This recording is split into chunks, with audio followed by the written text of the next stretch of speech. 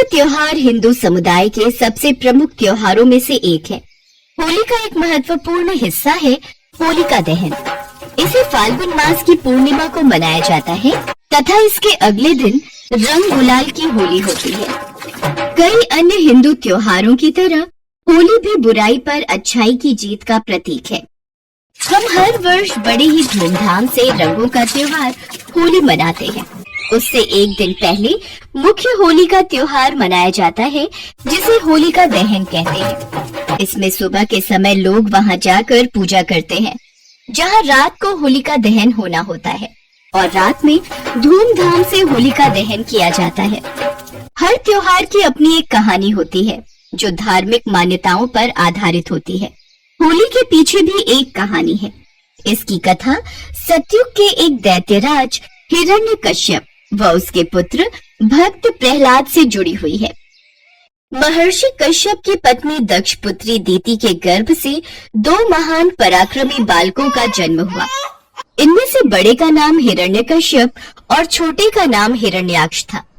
दोनों ही महाबलशाली, महापराक्रमी और आत्मबल संपन्न थे। दोनों भाइयों ने युद्ध में देवताओं को पराजित करके स्वर्ग पर अधिकार कर लिया।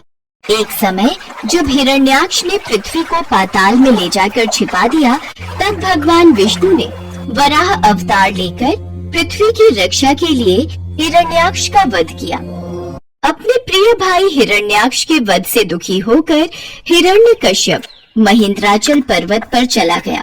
वो भगवान विष्णु द्वारा अपने भाई की हत्या का बदला लेने के लिए ब्रह्मा जी की घोर तपस्या करने लगा। तभी इंद्र आदि देवताओं ने हिरण्यकश्यप के राज्य पर आक्रमण कर दिया और उन्हें राज्य विहीन कर दिया। दैत्यगण इस युद्ध में पराजित हुए और पाताल लोक को भाग गए। देवराज इंद्र, लगता है सारे दैत्य डरकर पाताल लोक में जाकर छुप गए हैं। बस हिरण्यकश्यप की पत्नी कयाधु ही महल में शेष है। हिरण्यकश्यप की पत्नी कयाधु को बंदी बना लो। देवराज इंद्र ने हिरण्यकश्यप के महल में प्रवेश करके उसकी पत्नी कयाधु को बंदी बना लिया। मुझे छोड़ दीजिए देवराज इंद्र, मैं गर्भवती हूँ। नहीं, हम एक दैत्य की पत्नी को यहाँ नहीं छोड़ सकते। ये हम सभी देवताओं के लिए हानिकारक है। देवराज इंद्र कयाधु को बंदी बनाकर ले जाने लगे। तभी रास्ते में उनकी देवर्षि नारद से भेंट हो गई। कोई बचाओ, मेरी रक्षा करो। नारायण नारायण। देवराज इंद्र, कयाधु को कहाँ ले जा रहे हो? देवर्षि नारद, इसके गर्भ में हिरण्यकश्यप का अंश है। अगर वो जीवित रहा तो एक दैत्य और जन्म ले लेगा। मैं ऐसा कदापि नहीं होने दूंगा। नहीं देवराज इंद्र, कयाधु के गर्भ में पल रहा शिशु आगे चलकर भगवान विष्णु का परम भक्त बनेगा। इसे मारना तुम्हारी शक्ति के बाहर है, अतः इसे छोड़ दो। नारद जी के कथन का मान रखते हुए इंद्र ने कयाधु को छोड़ दिया और वापस चले गए। नारद जी कयाधु को अपने आश्रम में ले आए और बोले, बेटी, तुम यहाँ आराम से रहो। जब तक तुम्हारा पति हिरण्यकश्यप अपनी तपस्या पूरी करके नहीं लौटता, तुम इसी आश्रम में रहोगी। हे देवर्षि, आपने मेरी और मेरी होने वाली संतान की रक्षा की। मैं सदैव आपकी आभारी रहूंगी। कयाधु उस आश्रम में नारद जी के सुंदर प्रवचनों का लाभ लेती हुई सुखपूर्वक रहने लगी, जिसका गर्भ में पल रहे शिशु पर भी गहरा प्रभाव पड़ा। भगवान विष्णु के नाम का जाप कयाधु और उसके होने वाले बच्चों के कानों में सदैव पड़ता रहता था। धीरे धीरे समय बीता और कयाधु ने एक पुत्र को जन्म दिया, जिसका नाम प्रहलाद रखा गया। इधर हिरण्यकश्यप की कठोर तपस्या पूरी हो चुकी थी। वरदान मिलने के बाद हिरण्यकश्यप को अपने ऊपर अहंकार हो गया और वो तीनों लोगों पर अत्याचार करने लगा। कुछ समय के बाद कयाधु भी प्रहलाद को लेकर राजमहल में आ गई। भक्त प्रहलाद शिक्षा दीक्षा ग्रहण करने गए तो वहाँ भी वो श्री हरि का नाम ही जपते थे। जब ये बात हिरण्यकश्यप को पता चली तो वो क्रोध में आ गया। अरे, ये बड़ा दुरात्मा है, इसको मार डालो। अब इसके जीने से कोई लाभ नहीं है, क्योंकि ये शत्रु प्रेमी तो अपने कुल का ही नाश करने वाला हो गया है। नहीं नहीं स्वामी, ऐसा मत कीजिए। मेरे लाल, मेरे बालक को छोड़ दीजिए। ये आपका पुत्र है। सैनिकों ने प्रहलाद को अनेकों प्रकार से मारने की चेष्टा की, पर उनके सभी प्रयास श्रीहरि की कृपा से असफल हो जाते थे। हिरण्यकशिपु ने प्रहलाद के हाथ पैर बांधकर समुद्र में फेंकवाया, विषैले सांपों से डसवाया और पर्वत शिखर से गिराया, पर भगवान विष्णु के आशीर्वाद से प्रहलाद को कुछ भी नहीं हुआ। विष मिला भोजन खाने के बाद भी प्रहलाद पर कोई असर नहीं हुआ। प्रहलाद को मारने के सब प्रकार के प्रयास विफल हो चुके थे। एक दिन हिरण्यकश्यप इसी चिंता में डूबा हुआ था, तभी उसकी बहन होलिका उसके पास आई और बोली, भैया, मैं इतने महान बलशाली राजा को इस तरह चिंता में डूबा नहीं देख सकती। आपको आपकी सभी चिंताओं से मुक्ति दिलाने के लिए मैं आपके पास एक प्रस्ताव लेकर आई हूँ। कैसा प्रस्ताव बहन होलिका? मेरी तो सबसे बड़ी चिंता वो विष्णु भक्त प्रहलाद है। मुझे तो सिर्फ उसे मृत्यु दंड देना है, उसके बाद मेरी सारी चिंताएं दूर हो जाएंगी। हाँ भैया, मेरे पास एक रास्ता है जिसके द्वारा आप प्रहलाद को मार सकते हो। भैया, आप तो जानते ही हो, मुझे भगवान ब्रह्मा से वरदान प्राप्त है कि अग्नि मेरा कुछ नहीं बिगाड़ सकती। यदि मैं प्रहलाद को अपनी गोद में बिठाकर अग्नि में बैठ जाऊं, अर्थात सैनिकों की सहायता से एक बड़ी जगह पर चिता जलाई जाए और उस अग्नि में मैं प्रहलाद को अपनी गोद में लेकर बैठ जाऊंगी। मैं उसे कसकर पकड़कर रखूंगी ताकि वो उस अग्नि से निकलकर भागने ना पाए और उसी चिता में जलकर भस्म हो जाए। उसके पश्चात प्रहलाद जलकर भस्म हो जाएगा और आपके मार्ग का कांटा भी साफ हो जाएगा। अति उत्तम बहन होलिका, अति उत्तम। शीघ्र ही मैं सैनिकों को आदेश देता हूँ कि प्रहलाद के लिए एक बड़ी चिता तैयार की जाए। इसके बाद हिरण्यकश्यप ने अपने सैनिकों को यही आदेश दिया। कुछ ही समय में एक खाली जगह पर विशाल लकड़ियां और घास फूस इकट्ठी कर दी गई और उसके बीचों बीच होलिका प्रहलाद को अपनी गोद में लेकर बैठ गई। इसके पश्चात हिरण्यकश्यप की आज्ञानुसार उस चिता में आग लगा दी गई। आग लगते ही प्रहलाद हमेशा की तरह विष्णु विष्णु का नाम जपने लगा। जैसे जैसे अग्नि की आंच उन तक पहुंचने लगी, वैसे वैसे होलिका को उसकी तपन महसूस होने लगी। वो आश्चर्यचकित थी क्योंकि इससे पहले अग्नि ने उसे कभी ऐसा अनुभव नहीं करवाया था। अब अग्नि उन तक पहुंच चुकी थी और होलिका का शरीर उस अग्नि से जलने लगा था। तो वही प्रहलाद निश्चिंत होकर बैठा था और विष्णु नाम का जाप कर रहा था। होलिका को ये देखकर बहुत क्रोध आया और वो चीख चीख कर भगवान ब्रह्मा के दिए वरदान को झूठा बताने लगी। छल, मुझसे छल हुआ है। ब्रह्मदेव का वरदान झूठा है। बचाओ, कोई बचाओ। होलिका की बातों को सुनकर भगवान ब्रह्मा जी प्रकट हुए और बोले, शायद तुम भूल रही हो, ये वरदान देते समय मैंने तुमसे कहा था कि ये तभी प्रभावी होगा जब तुम इसे स्वयं की रक्षा करने या दूसरों की भलाई के लिए उपयोग करोगी, पर तुम्हारे हाथों से इस वरदान का दुरुपयोग हुआ है। तुमने इस वरदान के द्वारा निर्दोष बालक को मारने का दुस्साहस किया है, इसलिए तुम्हें अपनी करने का फल प्राप्त हुआ है। ये कहकर भगवान ब्रह्मा अंतर्ध्यान हो गए। वह अग्नि बहुत विशाल थी और होलिका चाहकर भी उस अग्नि से नहीं निकल सकती थी। प्रहलाद की रक्षा तो स्वयं नारायण कर रहे थे, इसलिए उसे कुछ नहीं हुआ। बाहर खड़े सभी सैनिक और हिरण्यकश्यप होलिका की चीख सुन रहे थे, पर कोई होलिका को नहीं बचा सका। देखते ही देखते होलिका का शरीर उसी अग्नि में जलकर भस्म हो गया, जबकि भक्त प्रहलाद सकुशल बाहर आ गया। तभी से उस दिन को होलिका दहन के नाम से मनाया जाता है और अगले दिन रंगों की होली होती है।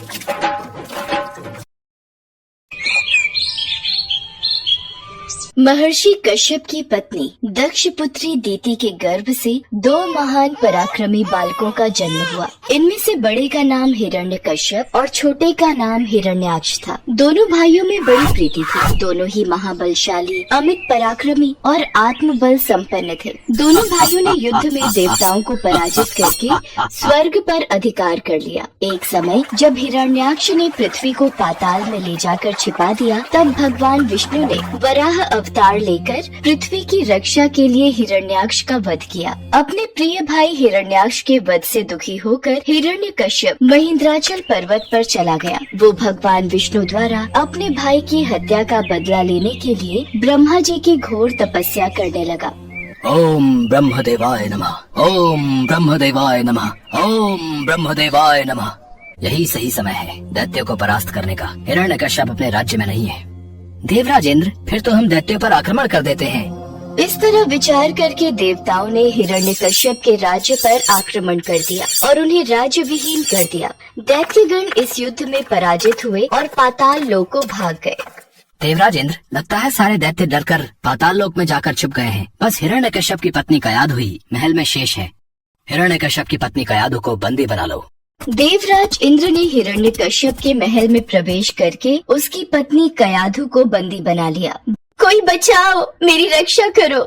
नहीं, हम एक दैत्य की पत्नी को यूं खुला महल में नहीं छोड़ सकते। ये हम सभी देवताओं के लिए हानिकारक है।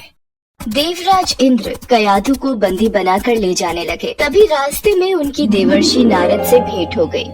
नारायण नारायण। देवराज इंद्र, कयाधु को कहाँ लेकर जा रहे हो?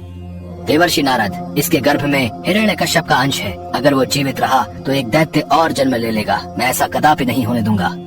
नहीं देवराज इंद्र, कयाधु के गर्भ में पल रहा शिशु आगे चलकर भगवान विष्णु का परम भक्त बनेगा। इसे मारना तुम्हारी शक्ति के बाहर है, अतः इसे छोड़ दो। नारद जी के कथन का मान रखते हुए इंद्र ने कयाधु को छोड़ दिया और वापस चले गए। नारद जी कयाधु को अपने आश्रम में ले आए और उससे बोले, बेटी, तुम यहाँ आराम से रहो जब तक तुम्हारा पति हिरण्यकश्यप अपनी तपस्या पूरी करके नहीं लौटता। तुम इसी आश्रम में रहोगी। हे देवर्षि, आपने मेरी और मेरी होने वाली संतान की रक्षा की। मैं सदैव आपकी आभारी रहूंगी। कयाधु उस पवित्र आश्रम में नारद जी के सुंदर प्रवचनों का लाभ लेती हुई सुख पूर्वक रहने लगी, जिसका गर्भ में पल रहे शिशु पर भी गहरा प्रभाव पड़ा। भगवान विष्णु के नाम का जाप कयाधु और उसके होने वाले बच्चों के कानों में सदैव पड़ता था। धीरे धीरे समय बीता और कयाधु ने एक पुत्र को जन्म दिया, जिसका नाम प्रहलाद रखा गया। इधर हिरण्यकश्यप की कठोर तपस्या पूरी हो चुकी थी। ब्रह्मा जी प्रकट हुए। हिरण्यकश्यप, मैं तुम्हारी तपस्या से प्रसन्न हूँ। मांगो, क्या वरदान मांगते हो? ब्रह्मदेव, मुझे ऐसा वरदान दीजिए, मुझे न कोई घर के भीतर मार सके, न घर के बाहर, न अस्त्र से, न शस्त्र से, न दिन में, न रात में, न मनुष्य से और न पशु से, न आकाश में, न पृथ्वी में। ठीक है पुत्र, यदि तुम्हारी ऐसी ही इच्छा है तो मैं तुम्हें ये वरदान प्रदान करता हूँ। वरदान मिलने के बाद हिरण्यकश्यप को अपने ऊपर अहंकार हो गया और वो तीनों लोगों पर अत्याचार करने लगा। कुछ समय के बाद कयाधु भी प्रहलाद को लेकर राजमहल में आ गई। भक्त प्रहलाद शिक्षा दीक्षा ग्रहण करने गए तो वहाँ भी वो श्री हरि का नाम ही जपते थे। जब ये बात हिरण्यकश्यप को पता चली तो वो क्रोध में आ गया। अरे, ये बड़ा दुरात्मा है, इसको मार डालो। अब इसके जीने से कोई लाभ नहीं है, क्योंकि ये शत्रु प्रेमी तो अपने कुल का ही नाश करने वाला हो गया है। नहीं नहीं स्वामी, ऐसा मत कीजिए। मेरे लाल, मेरे बालक को छोड़ दीजिए। ये आपका पुत्र है। सैनिकों ने प्रहलाद को अनेकों प्रकार से मारने की चेष्टा की, पर उनके सभी प्रयास श्री हरि की कृपा से असफल हो जाते थे। हिरण्यकशिपु ने प्रहलाद के हाथ पैर बांधकर समुद्र में फेंकवाया, विषैली सांपों से डसवाया और पर्वत शिखर से गिराया, पर भगवान विष्णु के आशीर्वाद से प्रहलाद को कुछ भी नहीं हुआ।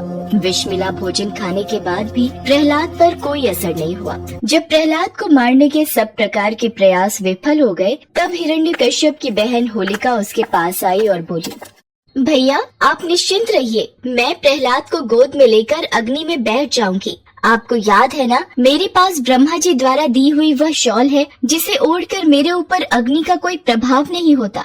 यदि ऐसा है होलिका, तो मैं अभी सैनिकों को आदेश देकर बड़ी मात्रा में अग्नि जलाने का प्रबंध करवाता हूँ।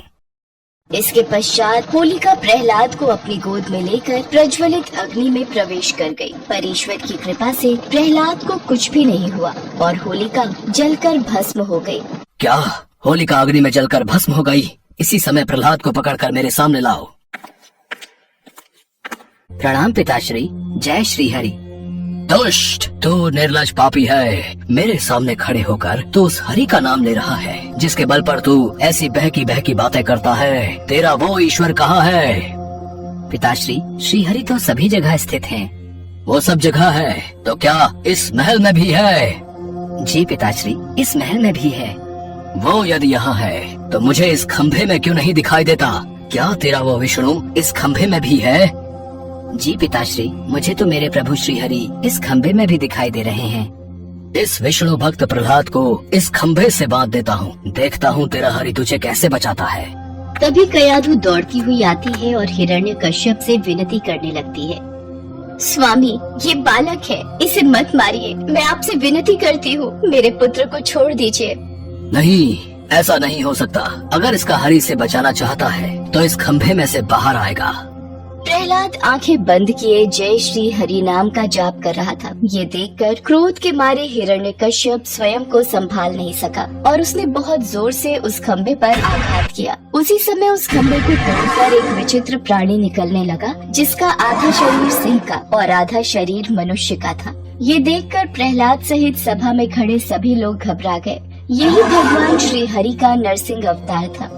उनका रूप बड़ा भयंकर था। उनकी तपाए हुए सोने के समान पीली पीली आंखें थी। उनकी दाढ़ें बड़ी विकराल थी और ये भयंकर शब्दों से गर्जन कर रहे थे। उनके निकट जाने का साहस किसी में नहीं हो रहा था। ये देखकर हिरण्यकश्यप सिंहनाद करता हुआ हाथ में गदा लेकर नरसिंह भगवान पर टूट पड़ा। तब भगवान नरसिंह और हिरण्यकश्यप के बीच युद्ध आरंभ हो गया। नरसिंह भगवान ने हिरण्यकश्यप को झपट कर दबोच लिया और उसे सभा की चौखट पर ले जाकर अपनी जांघों पर गिरा लिया और बोले, हे हिरण्यकश्यप, ब्रह्मा जी के वरदान का आदर करते हुए मैं तेरा वध कर रहा हूँ। न दिन है न रात है, संध्या बेला है, न घर के भीतर न ही बाहर।